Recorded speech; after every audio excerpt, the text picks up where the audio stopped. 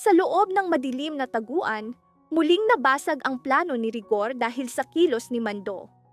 Sa puso ni Pungay, naglalagablab ang apoy ng hustisya. Ang matinding pagnanais na ipaghiganti ang pagkamatay ng kanyang ama, si Mauro. Unti-unti niyang nauunawaan ang kahulugan ng laban ni Tanggol, na ang nakikita ng tao bilang katotohanan ay hindi palaging ganoon. Ang mismong pag-iral ng mga gerero ang patunay. Nang dumating ang mga pulis, natuklasan nilang ang Redenix ang umatake at sa sagupaan napatay si Mauro. Alam ito ni Roberto ngunit itinago dahil si Mauro at ang Redenix ay mga tauhan niya. Walang dapat makaalam ng pagtataksil ni Mauro, lalo na't wala ng anak ng Tondo. Samantala, hindi na nakatiis si Tinding. Sa kanyang paglalakad sa dilim ng Quiapo, dama niya ang isang lihim na kapag nabunyag ay gugunaw sa lahat. Nakatanaw si Tanggol mula sa bubong ng lumang gusali, kumikislap ang pulang sirena sa malayo. Paulit-ulit bumabalik sa kanyang alaala ang huling hininga ni Mauro. Hindi na ito paghihiganti, ito'y digmaan. Biglang sumabog ang putukan. Isa sa mga tauhan ni Rigor ang bumagsak, duguan. At sa likod niya lumitaw ang aninong matagal ng akala ni Tanggol ay patay na si Luciano. Mapang-isi ang nangiti, may hawak na dokumentong kayang pabagsakin ang buong sindikato. Hindi ka lamang anak ng lansangan, pulong ni Luciano. Ikaw ang susi sa kanilang pagbagsak. Samantala, umiiyak si Pungay sa harap ng kabaong ng kanyang ama. Ngunit, unti-unting nagiging galit ang kanyang luha. Sa kanyang bulsa nakatago ang flash drive. Huling regalo ni Mauro, naglalaman ng ebidensya ng mga transaksyon ni na Roberto at Red Phoenix. Maliwanag, hindi lamang biktima si Mauro, kundi isang taong nasangkot na sa huling sandali sinubukang kumawala ngunit hindi na nakaligtas. Nabunyag ang pinakamalaking lihim. Si Rigor ang tunay na utak ng pagpatay, ginamit ang Red Phoenix bilang panangga. Nang marinig ito ni Roberto, nanlamig ang kanyang dugo.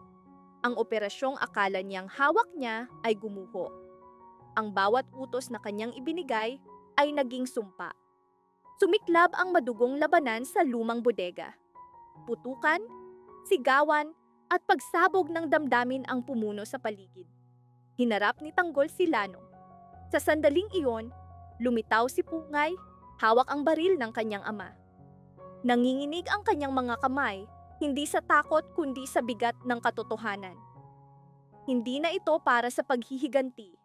Sigaw niya, ito'y para sa katotohanan. At sa huling sandali, nabunyag ang pinakadakilang katotohanan. Ibinuwis ni Mauro ang kanyang buhay upang protektahan ang mga anak ng Tondo. Ang kanyang pagtataksil ay isa palang sakripisyo.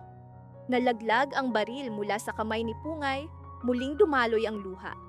Ngayon ang kanyang luha ay may kasamang pag-unawa at malalim na dalamhati. Ngunit hindi pa tapos ang panganib.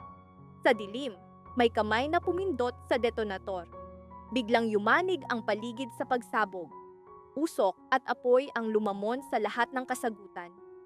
Naiwan ang mga tauhan. Sugatan. Sa katawan at sa espiritu. Mula sa abo at apoy, isang tanong ang bumangon. Sino pa ang buhay? At sino ang nilamon ng dilim ng kasinungalingan? Habang unti-unting namamatay ang apoy, lumitaw ang bagong kaaway. Mas malupit, mas tuso, handang wasakin ang lahat. Hindi pa tapos ang laban.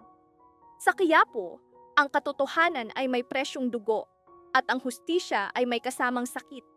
Hindi lahat ng kasalanan ng mga gerero ay mabubunyag. At kaya si Tanggol ay kailangang hanapin sa pamamagitan ng ina ni Enteng.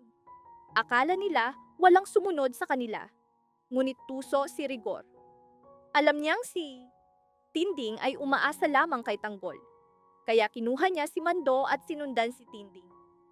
Kasama nila si Sir Hoda at sabay nilang natunton ang taguan ni Tanggol. Agad tumawag si Rigor ng backup.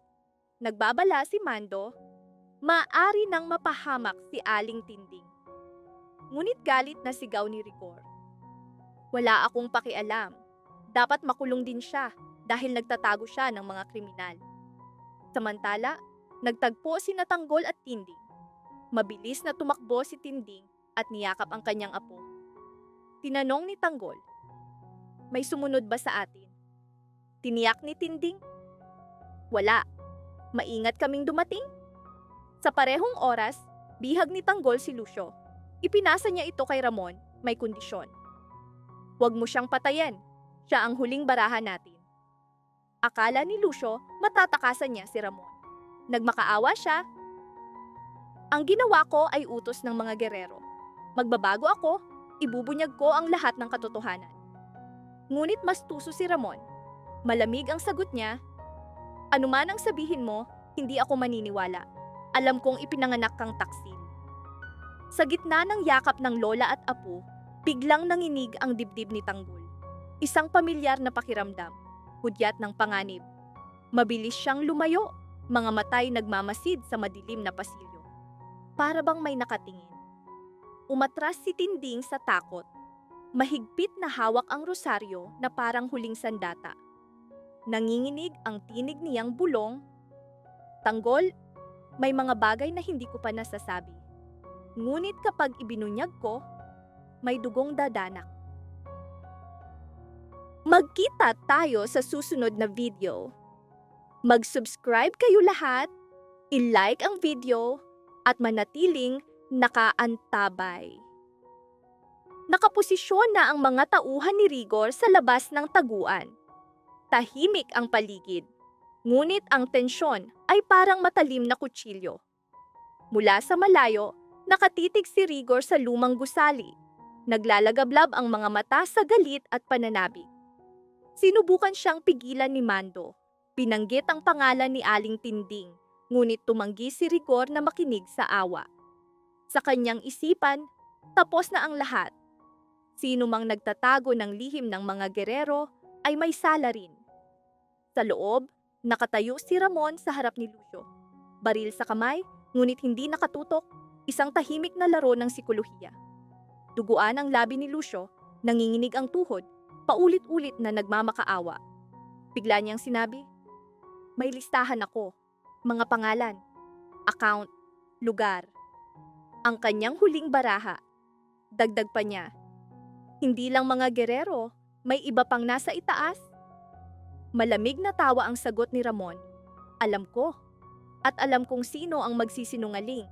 Hanggang wakas, biglang umalingaw-ngaw ang mahinang tunog, hindi pulbura, kundi hudyat. Agad nagbigay ng utos si Tanggol na maghanda.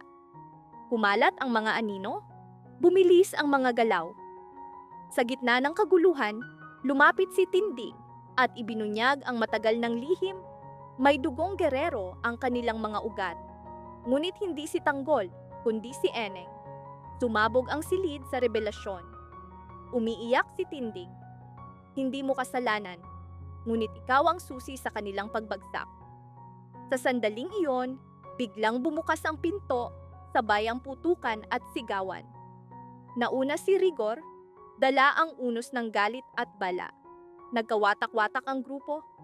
Tumugod si Tanggol, itinulak ang isang kalaban, nailigtas si Tinding sa tiyak na kapahamakan.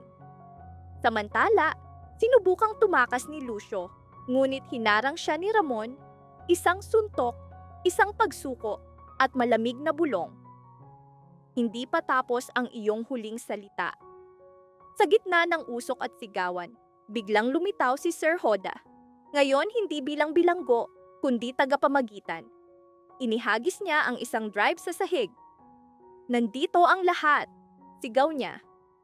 May video si Rigor kasama ang isang general. Agad na tumigil ang putukan. Mas makapangyarihan ang katotohanan kaysa bala. Ngunit may sariling laro ang tadhana. Habang umatras si Rigor, bigla niyang ginawang panangga si Tinding. Napunit ang tinig ni Tanggol sa takot at galit. Isang desisyon, isang segundo. Lumipad ang bala. Ngunit hindi si Tinding ang tinamaan, kundi si Rigor. Duguan siyang bumagsak, puno ng pagkagulat at anino ng pagsisisi ang kanyang mga mata. Lumalim ang gabi, puno ng sugat at peklat. Hindi pa tapos ang laban, ngunit mula sa dilim sumilip ang liwanag. Habang nakagapos si Lucio at nakalap ang ebidensya, lumapit si Ramon kay Tanggol. May mas malalim pa rito, kapag binuksan natin, may mga pangalang yayanig sa buong bansa. Tumango si Tanggol, luhay dumadaloy, ngunit matatag pa rin. Sa likod nila, nakaluhod si Tinding sa panalangin. Hindi lamang kapatawaran, kundi lakas para sa mga darating na araw. At sa mga anino, tumawa ang isang figura ng gerero, hudyat na nagsisimula pa lamang ang laban. Sa labas, pinalibutan ng mga tauhan ni Rigor ang taguan. Matindi ang katahimikan, parang talim ng kutsilyo. Nakatingin si Rigor mula sa malayo, naglalagablab ang mga mata sa galit at pananabik. Nag-aalinlangan si Mando, alam niyang nasa loob si Maritz at maaaring mapahamak si Aling Tinding. Kaya tuso niyang sinabi kay Rigor na kailangan ng ibang daan upang sa pagdating ng backup ay madali silang makapasok. Sumang-ayon si Rigor at sinamantala ni Mando ang pagkakataon upang makapasok at bumulong. Kina Tanggol at Maritz. Sinundan tayo ni Rigor, kailangan ninyong tumakas agad. Palihim nilang pinalak ang pagtakas. Nagpasalamat sina Tanggol at Tess kay Mando at bumalik si Mando upang hindi maghinala si Rigor. Ngunit hindi na gustong maghintay ni Rigor. Alam ni Mando na kapag bigla siyang umatake, madadamay ang mga inosente. Kaya't pinakiusapan niya, "Huwag ngayon, maghintay ka." Ngunit sa sandaling iyon, sinamantala ni Tanggol ang pagkakataon upang makatakas. Hindi pa tapos ang gabi. Sa halip, nagsimula ang tunay na bangungot. Sa loob ng taguan, biglang kumalabog ang lumang pintuang bakal. Natigilan si Mari, malakas ang kabog ng puso. Nakaupo si Aling Tinding sa sulok, mahigpit na hawak ang rosaryo bilang huling pag-asa. Sugatan si Tanggol, nakahanda para sa anumang pagsabog.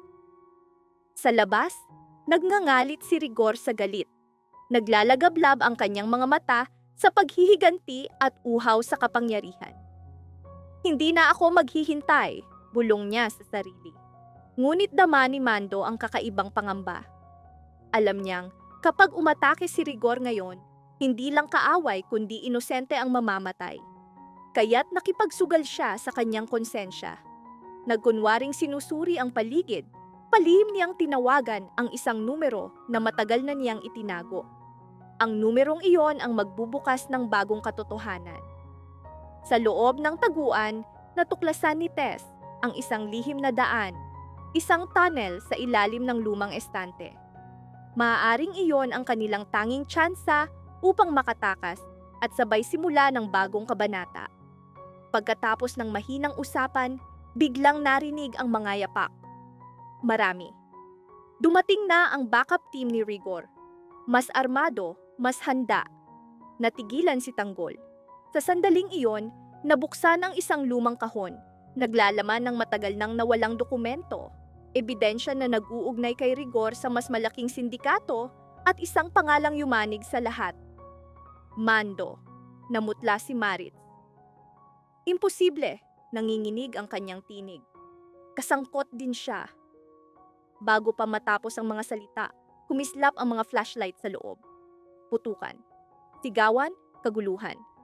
Mula sa usok, isang tao ang humarap kay Tanggol. Si Mando. Tinamaan ng bala ang kanyang balikat, bumagsak, ngunit may ngiti. "Tumakbo kayo," utos niya. "Ito ang aking kabayaran." Sa labas, umalingaw-ngaw ang sirena. Dumating ang mga pulis, ngunit may baliktad na pangyayari. Hindi lahat ng pulis ay kakampi. Sa gitna ng kaguluhan, nakilala ni Rigor ang lumang badge ng isang kaalyado. "Asikasuhin mo ito," utos niya. Ngunit biglang tumayo si Mando, duguan, at inilantad ang dokumento. "Tapos na ang laro mo, Rigor." Natigilan ang lahat. Pagkaraan ng katahimikan, sumabog ang katotohanan. Inaresto ang mga tauhan ni Rigor, ang ilan ay tumakas, ang ilan ay bumagsak. Hinila ni Tanggol ang kamay ni Tess at tumakas sa lihim na daan. kasama sina Maritz at Aling Tinding. Ngunit hindi kumpleto ang kanilang tagumpay. Naiwan si Mando, nakaluhod, napapalibutan ng ilaw at baril. Sa huling eksena ng gabi, nagtagpo ang mga mata ni Mando at Rigor. Dalawang lalaking binihag ng sariling mga desisyon. Hindi pa tapos ito, bulong ni Rigor bago tuluyang nakaposas. Sa dilim, malalim na huminga si Tanggol. Alam niyang hindi pa tapos ang digmaan. Saka pa lamang nagsisimula ang pagbubunyag ng katotohanan. At sa pagsikat ng araw, isang tanong ang kumalat sa lahat. Sino ang tunay na kaibigan? At sino ang susunod na taksil? Sa mundong puno ng dugo at lihim, isang bagay ang tiyak, mas malalaking laban ang darating at walang makakatakas sa anino ng nakaraan. Magkita tayo sa susunod na video. Mag-subscribe kayo lahat, i-like ang video, at manatiling nakaantabay.